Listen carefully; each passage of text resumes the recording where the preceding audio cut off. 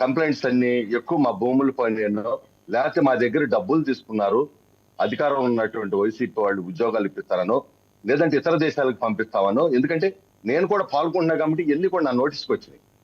అదే సందర్భంలో విడుదల రజనీ గారి విషయం కూడా వాళ్ళు వచ్చి చెప్పారు.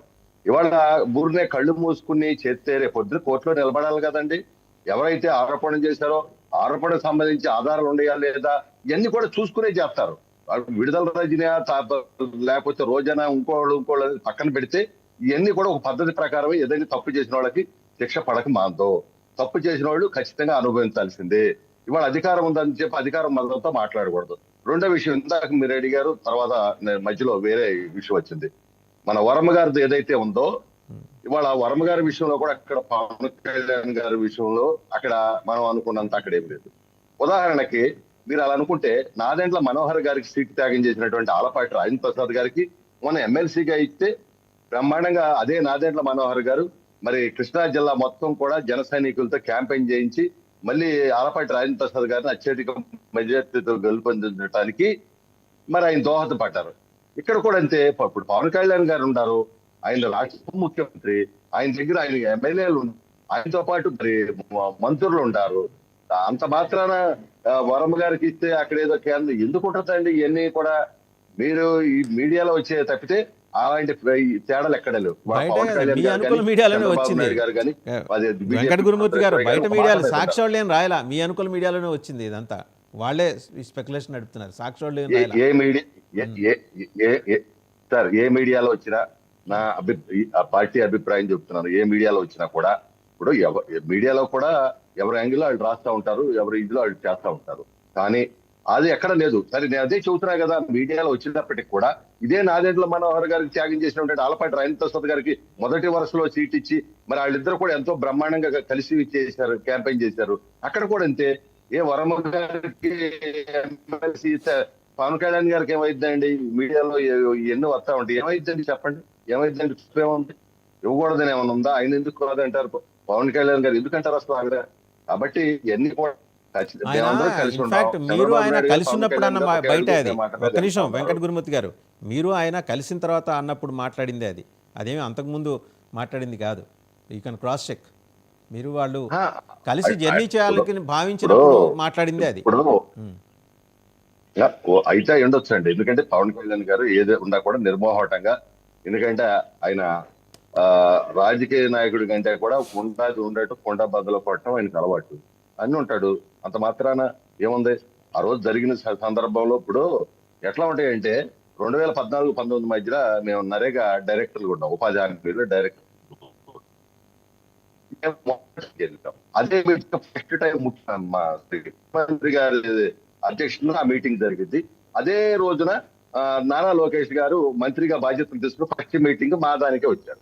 మీడియా అందరూ కూడా ఏంటంటే నేను కొంచెం ఇట్లా డిబేట్ లోకి వస్తా ఉంటాను, అందరూ దాన్ని కేకేసి సరే అసలు ఏం జరిగింది, ఎలా మాట్లాడుకున్నారు, ఆయన సంబోధన ఎట్లా చేశారు, ఇవన్నీ అడుగుతూ ఉంటారు. సహజంగా ఎవరో కూడా చెబుతూ ఉంటారు, దానికే ఉంది అంత. కాబట్టి ఇవన్నీ చిన్న చిన్నవి ఉంటాయి. అంటే ఒక బయటికి ఇంకొక మాటకి కూడా అసలు ఈ సంబంధం కాదు. ఆయన మాట్లాడింది మీరు చూశారు, చంద్రబాబు గారు చెప్పే పేపర్లో వేయించారని అన్నారు. ఆయన మాట్లాడింది యాజ్ ఇట్ ఈజ్, ఇందులో మనమేమి కల్పించింది. ఇప్పుడు నేను ఇందాక చెప్పాను కదా, పవన్ కళ్యాణ్ గారు ఉన్నది మాట్లాడతారు, అర్థమైందండి. ఇప్పుడు దానికే నేను తప్పు పట్టలేదు. అది అంత మాత్రం అది తప్పు కూడా కాదు, అది చిన్న విషయం అని నేను అనుకుంటున్నాను. ఇవాళ కూటమి ప్రభుత్వం ఒక పాటగా వెళ్తుంది. అభివృద్ధి సంక్షేమాన్ని దృష్టిలో పెట్టుకుని పనిచేస్తున్నారు.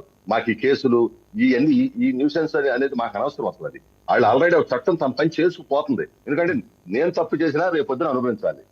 ఎందుకు ఊరుకుంటారండి? నేను అడ్డగోలు చేస్తే ఊరుకుంటారా? రేపొద్దున ఎవరైనా ఊరుకోరు. మా ప్రభుత్వం వచ్చిన అడ్డగోలు చేస్తే ఎందుకు ఊరుకుంటారు చెప్పండి?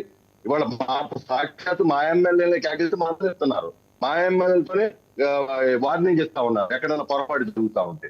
కాబట్టి చంద్రబాబు నాయుడు గారు ఒకటే, ఎప్పుడూ కూడా అడ్డగోలుగా చేస్తే ఎవరు సహించరు, మా వాళ్ళని సహించరు, మా వాళ్ళని క్రమశిక్షణ పెట్టుకుంటారు అలాంటి నాయకుడు. అదేవిధంగా పవన్ కళ్యాణ్ గారు కూడా అంతే. కాబట్టి ఇవాళ రెడ్ బుక్ కి రాజ్యాంగాన్ని ఇందా మిత్రుడు రాశారంటే రాజ్యాంగం కాదు, లోకేష్ బాబు గారు రాసింది పేదవాడి కష్టసుఖాలు అందుట్లో రాశారు. ఆ కష్టసుఖాలు మాత్రం అంటే ఇందాక ఆయన కూడా చెప్పాడు చాలా క్లియర్ లోకేష్ బాబు గారు. ఎవరైతే అన్యాయంగా అక్రమంగా చేశారో అలాంటి వాళ్ళ మీద చర్యలు ఉంటాయి. ఆ మాత్రం తప్పే ఉంది చెప్పండి. ఎన్ని మాటలు మాట్లాడారు ఇదే లోకేష్ బాబు గారిని, ఎంత ఘోరంగా మాట్లాడారు. సమాజం సిగ్గుతో తలవంచుకునే విధంగా మాట్లాడారు. అయినా ఆయన ఏమి వాళ్ళ అడ్డగోలుగా మాట్లాడండి, నన్ను మాట్లాడారు కాబట్టి మీరు కూడా మాట్లాడండి అని ఆయన చెప్పట్లా లోకేష్ బాబు గారు. సమాజం గౌరవంగా ఉండాలి. మనం ఒక మాట మాట్లాడేటప్పుడు చాలా మంది చూస్తారు, ఆ మాటకి అర్థం ఏంటనేది మనం మాట్లాడే వాళ్ళు అర్థం చేసుకోవాలి. వాళ్ళు ఎందుకంటే డిబేట్కి వచ్చినప్పుడు, ఇప్పుడు నాకు చంద్రబాబు నాయుడు గారి మీద ఇష్టం ఉంటది. గతంలో ఇదే టీవీలో చంద్రబాబు నాయుడు గారిని ఎంత ఘోరంగా వచ్చి డిబేట్ లో మాట్లాడారు తెలుసా అండి. ఆయన ఏజ్ గురించి మాట్లాడారు, ఏంటేంటో మాట్లాడారు. ఆ రోజున అయినా మేము తట్టుకున్నాం. ఇవాళ మేమేం మాట్లాడలేదు, అడ్డుగోలుగా మాట్లాడట్లేదు కదా. ఇప్పుడు చిరంజీవి గారు ఉన్నారు.